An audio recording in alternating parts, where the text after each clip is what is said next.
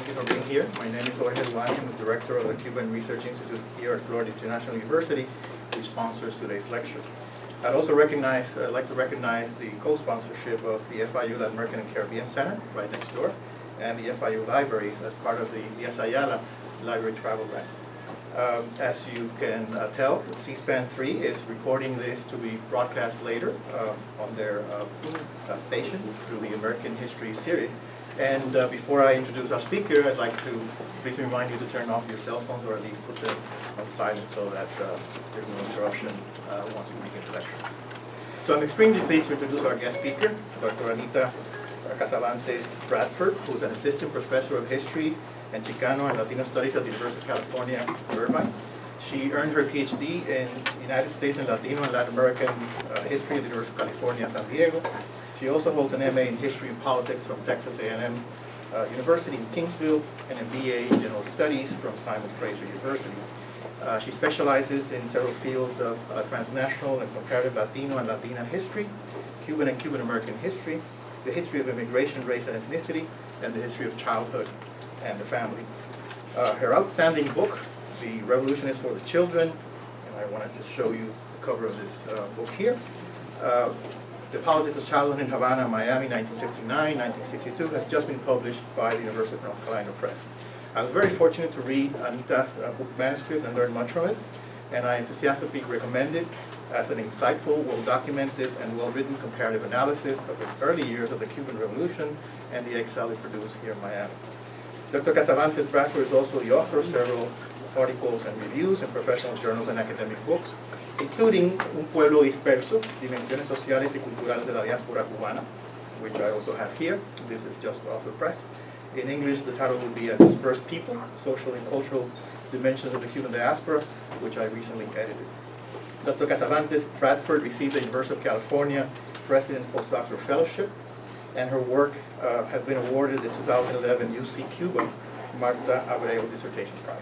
Her research has been supported by the Cuban Heritage Collection at the University of Miami, the UC Cuba Multi-Campus Research Program, and the University of California San Diego Latino Studies Research Initiative. She is currently the recipient of a 2014 Díaz Ayala Library Travel Grant here at Florida International University, where she's currently conducting research on Operation Pedro Pan, the topic of today's lecture. On a more personal note, Dr. Casavantes Bradford was born in Vancouver, Canada, to a Cuban, Spanish, Catalan father and a Canadian mother. Maybe she wants to talk about that a little later.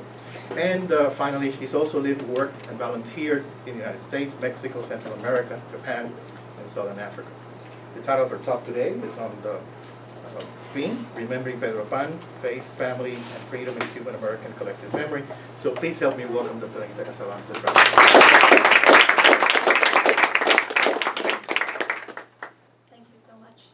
Before I begin, I'd like to ask if there are any Pedro Panes in the room. Special thank you to you for coming. I want to acknowledge that the topic of Pedro Pan is not strictly nor even primarily a topic for academic analysis, and that you are the experts in this history. And so it is with that recognition that I will share a few thoughts with you today, but I do so with humility and with appreciation for the opportunity to be with you today. Between the fall of 1960 and October of 1962, the parents of more than 14,000 Cuban children made the heartbreaking decision to send their children alone to the United States, where they were cared for by friends, relatives, foster parents, as well as in camps and orphanages. The reasons why parents did this were varied. Many feared for the spiritual well-being of their Catholic children after an increasingly radicalized Cuban revolution began to repress religious expression, closed Catholic schools, expelled priests and religious orders from the island. Others feared the revolutionary state's growing interventions into family life and grew panicked after a series of rumors that Fidel Castro intended to deprive parents of patria potestad, legal authority over their children, began to circulate. Parents also sought to protect their children from communist indoctrination in revolutionary schools, as volunteers in an island-wide literacy campaign, or as members of Soviet-inspired groups like the Pioneers and the Rebel Youth. With the help of James Baker, an American school headmaster in Havana, the support of a clandestine group of anti-Castro Cubans, and in Miami, a young Irish immigrant priest, Monsignor Brian Walsh, along with the support of the United States State Department and most likely the Central Intelligence Agency, Cuban parents began spiriting their children off the island and into the care of the Catholic Church in the United States. They believed their separation would be temporary, since few believed that the United States would allow Castro's increasingly left-leaning revolution to survive. After the failure of the Bay of Pigs invasion in April 1961, and the October 1962 missile crisis destroyed their hopes, most of the parents of these children fled to the U.S. and reclaimed their sons and daughters in exile. However, a number of them did not see their children again for 5, 10, and even 15 years. Some of them were never reunited. These, in very broad brushstrokes, are the facts of what has become known over time as Operation Pedro Pan. They are facts that most Cubans in the diaspora and on the island largely accept. However, Cubans in the U.S. and on the island have come to attribute very different meanings to the children's exodus. They disagree about the motives that inspired it, about whether to remember it as a humanitarian or a politically motivated event, and they disagree about the impact that familial separation and life in Catholic Charities administered camps, foster homes, and orphanages had on young Cuban refugees. These competing collective memories have emerged over time as Pedro Pan children grew, matured, attended college, and began articulating their own cultural and political identities. As they watched television news stories about child refugees coming to the U.S. from South Vietnam in the 1970s, and as they watched new generations of unaccompanied Central American, Haitian, and even Cuban children arriving in the U.S., as they married and had their own children, and as they confronted changing political circumstances on the island and in the U.S. that allowed for dialogue and travel to the island, beginning under the Carter administration in the 1970s, and during the Pope's historic visit to Cuba in 1998. Their competing collective memories about Pedro Pan came to the forefront of both island and diasporic politics with a new degree of urgency in 1999 during the transnational custody battle for the 5-year-old balsero Elian Gonzalez. For Cuban-Americans who identify as or with exiles, Operation Pedro Pan has emerged as one of the principal metaphors for and symbol of the exile, from a regime so repressive, amoral, and atheistic that loving parents were willing to sacrifice their children and send them into exile alone to protect them from communist indoctrination and preserve their Catholic faith. Pedro Panes have become living evidence of the terrible betrayal of the revolution. Their parents' decision, and the decision of all exiles to flee, was a heroic deed and a patriotic sacrifice, an act of love and loyalty to the dream of a democratic Cuban republic. In Cuba, Pedro Pan is remembered as an American imperialist attack, initiated and managed by the CIA and the Catholic Church, on the island's middle and upper middle class families, intended to destabilize a young revolution that enjoyed widespread popular support. In Fidel Castro's words, during Operation Pedro Pan, and I quote, over 14,000 children were virtually kidnapped by the United States when counter-revolutionary groups, organized from the beginning by U.S. intelligence agencies, surreptitiously published and distributed false government bills to spread the criminal lie that children's custody would be taken from their parents. Panic was sown. These children were separated from their parents and were sent to orphanages or even detention centers for minors. These dramatically opposed memories of Operation Pedro Pan nonetheless share something in common. They all wrestle, albeit in very different ways, with the themes of faith, family, and freedom. These are themes that echo throughout the testimonies and narratives that have been produced in Cuba and its diaspora as Cubans have attempted to make sense of the children's exodus. The term Operation Pedro Pan was first used on March 9, 1962, when Miami Herald reporter Gene Miller wrote a front-page story about an underground railway in the sky that brought Cuban children fleeing the revolution to the U.S. He called this exodus Operation Pedro Pan, a Cubanized version of James M. Barrie's novel about a boy who flew away to Never Never Land to live with a band of other lost boys. Even at the height of the operation, Miller was aware that not everybody was likely to understand the exodus as a humanitarian one. In fact, in this early article, he noted, "The communists are sure to call this child smuggling."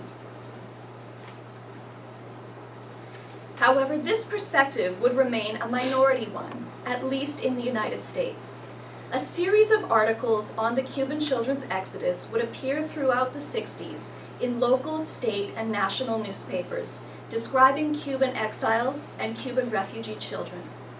These articles praised the humanitarian and anti-communist motives, which at that time were seen as the same thing, of those who administered the program and cared for the children. However, these articles would gloss over the origins of the children and how exactly they ended up in the U.S. They rarely featured the voices or perspectives of the children themselves, but rather they framed their experiences as grateful, well-adjusted children who were eager to adapt to U.S. culture and felt a growing patriotic attachment to their new nation. These articles in the 1960s did not use the term Pedro Pan. However, less positive memories of the Exodus remained alive in the hearts and minds of a small number of former child refugees. In 1978, a group of radicalized Cuban-American youth collaborated with the Casa de las Americas in Havana to publish a book called Contra Viento y Marea, a book of testimonies about the process of radicalization and alienation that they had experienced from both the American mainstream and their own exile community. The first section of Contra Viento y Marea includes testimonies which describe the experience of these children, now young adults, having left Cuba, many of them as unaccompanied refugees, although they too did not make reference to Operation Pedro Pan. The testimonies of these radicalized youth downplayed their parents' fears and expressed a sense of betrayal and even resentment towards parents who had told them that their separation from family and home would be a vacation, and a short one. These early narratives highlighted the unceasing pain of parental separation. They described poor conditions in the Pedro Pan reception camps, where children had been housed, and even physical and sexual abuse at the hands of fellow campmates, house parents, and yes, even priests and nuns who had been charged with their care. These radicalized youth charged the U.S. with having manipulated and destroyed Cuban families. And perhaps equally damning, the book claimed that these youth's own process of alienation from the exile community and its values, and their growing support for the Cuban Revolution, began in the camps where they had been sent to shelter them from atheistic communism. Beginning in 1977, a small number of these radicalized Pedro Panes also traveled to Cuba with the 1st Antonio Maceo Brigade. The brigade's mission was implicitly linked to the memory of Operation Pedro Pan, since one of its goals was recapturing a sense of connection to Cuba for the children who had been torn from their homeland. The decision of brigadistas to visit the island provoked pain and conflict amongst families already strained by years of separation.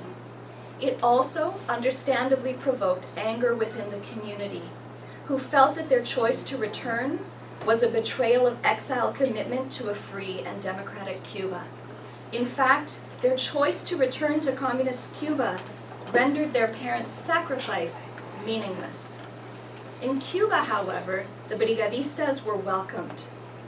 Their ambivalence about their parents' choice to send them alone into exile Their pain and confusion and their resentment were acknowledged.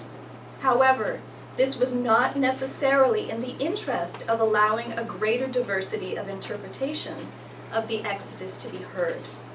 Rather, it was because the brigadistas' less positive portrayals reinforced the competing collective memory of Pedro Pan that had emerged on the island. That first visit to the island by Cuban young people was recorded in a revolutionary documentary, 55 Hermanos, that retold for a Cuban island audience the painful story of Operation Pedro Pan, which it portrayed as a deliberate and politically motivated U.S. plot to destroy Cuban families and intervene in the island's sovereign affairs.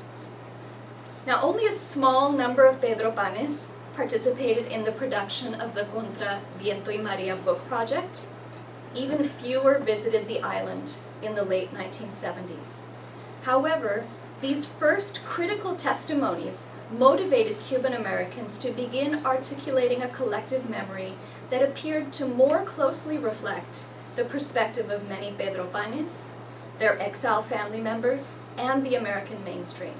That Operation Pedro Pan had been an inevitable, humanitarian-inspired, and largely successful child-saving operation. In 1978, a first attempt was made to organize Pedro Panes as a group in the first Pedro Pan Foundation, which planned an homage to Monsignor Brian Walsh in Miami to honor him for what they called his mission of love amongst Cuban refugee children. The event was attended by hundreds of Cuban exiles and Pedro Panes. In 1986, Pedro Panes organized again, this time in the Thank You America Committee, which was registered as a Florida not-for-profit corporation. In June, the Thank You America Committee held their first event, a picnic to raise funds for Catholic Charities programs that were still administered by Monsignor Brian Walsh, to serve abandoned and neglected children in Greater Miami. Their community work reflected the 2,500 committee members' gratitude to the United States for offering them refuge as children fleeing communist Cuba. "We are very grateful to this nation," said the president of the committee, Ramon Flores, in a June 9, 1986 interview to the Miami Herald. "If I was still in Cuba, I would have nothing," said Flores. "I would be in jail." Then in the autumn of 1990, a group of Pedro Panes, headed by Elisa Chobel, gathered at La Ermita de la Caridad Shrine in Miami to ask Monsignor Walsh's blessing on the formation of a new Pedro Pan Foundation. The group dedicated itself to fundraising on behalf of refugee minors, including Cuban children who had been rescued during the Balsero crisis. It also raised money in support of Catholic homes for children, which had been destroyed by Hurricane Andrew. And it also raised money to support Boys Town, a Catholic shelter for abused, homeless, or unaccompanied minor boys aged 12 through 18, which had been constructed at the site of a former Pedro Pan camp at Matecumbe. Operation Pedro Pan Group Incorporated was motivated by its members' belief that they had been fortunate to find shelter in the United States.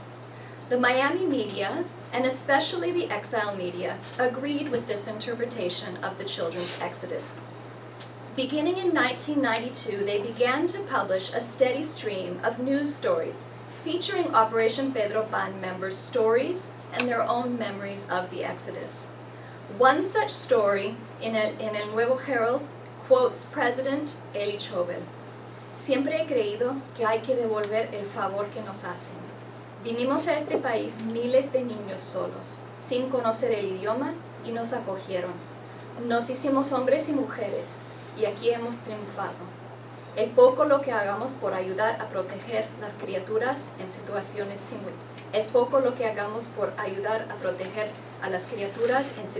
similares." Ms. Chobel acknowledged that the experience of most Pedro Panes was difficult, but her story was nonetheless a story of adversity overcome, with a happy ending.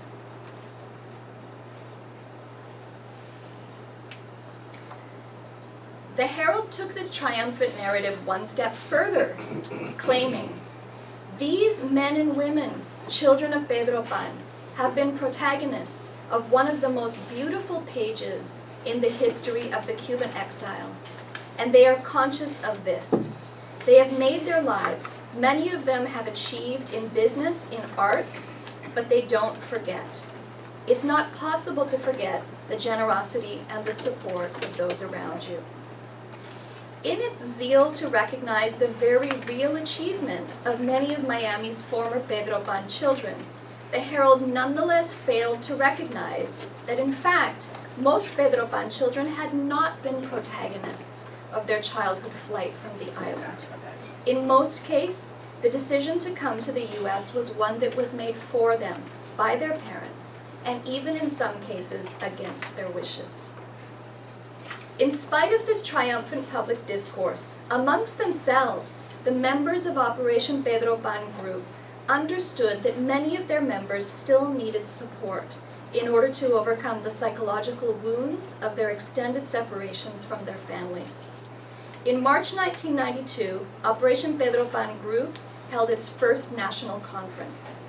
More than 100 Pedro Panes and their parents, together with Monsignor Walsh, came from across the U.S. to share their experiences.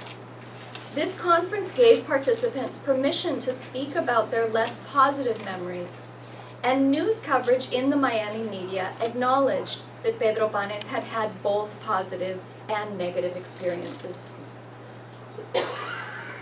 An article in the news magazine Éxito admitted that, for some of the bigger children, coming to the U.S. was like coming to a summer camp. It went very well for them.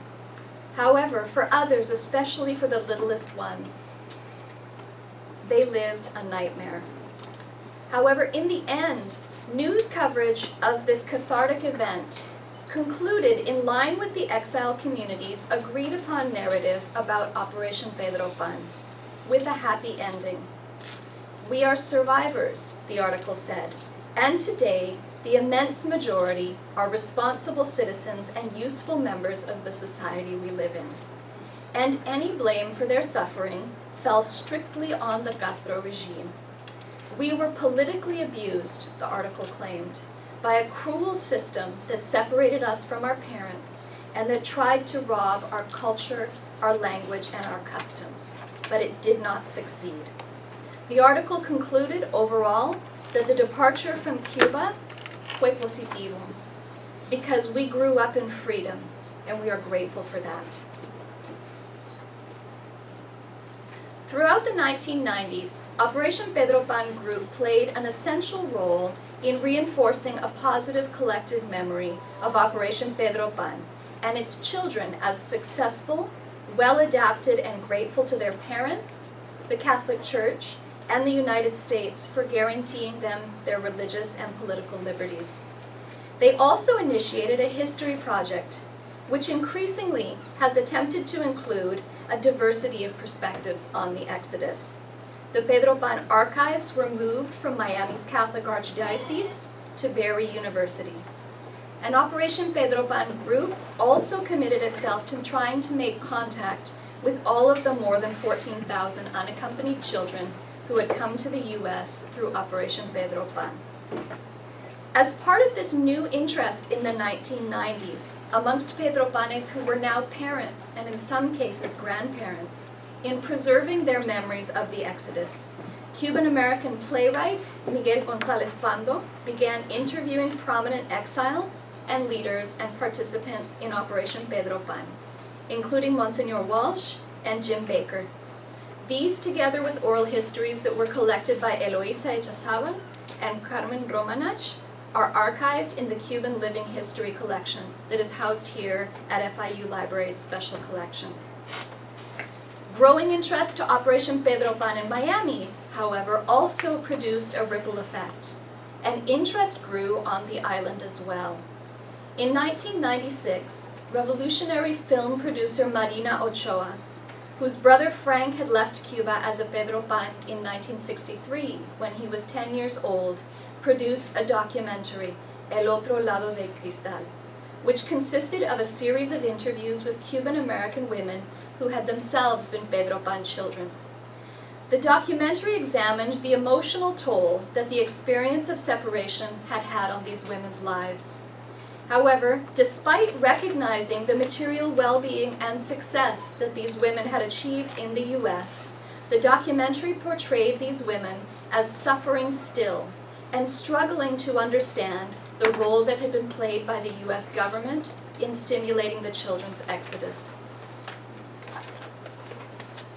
This transnational contest between competing collective memories of Operation Pedro Pan reached a peak between 1998 and 2000, when WPBT Channel 2 here in South Florida made several documentaries about Pedro Pan. And the first academic studies on the topic were published, including a book by Victor Andrés Triay, Fleeing Castro, Operation Pedro Pan and the Cuban Children's Program. Triay's research, however, was not strictly motivated by academic curiosity. In a letter to Monsignor Brian Walsh, Triay admitted that he sought to paint a positive picture of the exile, which he felt was especially important in light of previous negative portrayals, like those found in the book Contra Viento y Marea. Then, in November 1999, a 5-year-old Cuban boy was rescued off the coast of southern Florida. His mother had died in the attempt to bring him to the United States. His Miami relatives immediately claimed him as their own, while his father called for his return to his island home. Overnight, the Elian Gonzalez custody battle infused the contest over competing memories of Operation Pedro Pan with a painful new urgency. The small boy became, for Miami's Cuban Americans, a symbol of all of the 14,000 Pedro Panes whose parents had similarly taken great risks to secure their freedom and future in the United States. Returning him to Castro's Cuba, they argued, would be an affront to the memory of the sacrifices and hardships of their parents and to those endured by all exiles. Cubans on the island also linked Elian with the children's exodus of 1960 to 1962. In Cuba, a new book was hastily put into production, Operación Pedro Pan, un caso de guerra psicológica contra Cuba. Operation Pedro Pan, a case of psychological warfare against Cuba. The book's promotional tag called it the story of 14,000 Eliancitos. Castro declared that his efforts to rescue Elian and to reunite him with his father would symbolically repair the injustices committed on the thousands of Cuban families that were destroyed as a result of the U.S.-engineered Operation Pedro Pan. We all know how that story ended. Elian was returned to Cuba, but collective memories of the struggle to keep him in the U.S. and collective memories of Operation Pedro Pan persist in Havana and Miami. On both sides of the Florida Straits, scholars and artists have continued retelling the story of the children's exodus. On the island and in the diaspora, Cubans affected by Operation Pedro Pan continue to try and make sense of their shared history. They also continue to face public and private pressure to tell their stories in ways that do not threaten the competing collective memories of the operation that have become so important to both island and diasporic Cuban identities. This is unfortunate, since both versions of the children's exodus flatten more than 14,000 difficult, complex, and deeply personal human stories into a narrowly defined and highly politicized morality play in which there is little room for individual experience, questioning, ambivalence, or contradiction. Allowing a greater space for individual voices means challenging both the official exilic and island memories of Pedro Pan. It may also, perhaps, be one way of offering these former child refugees exactly the kind of freedom that their parents hoped to secure for them, when they made the heartbreaking decision to open their arms and let their babies fly away.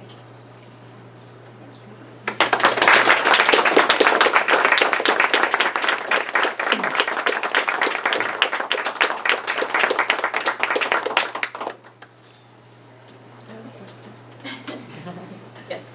Okay, have you tried to interview those young Pedro Pans who went back in 1976? Have you tried to interview them now and see, because that was a time when there was a lot of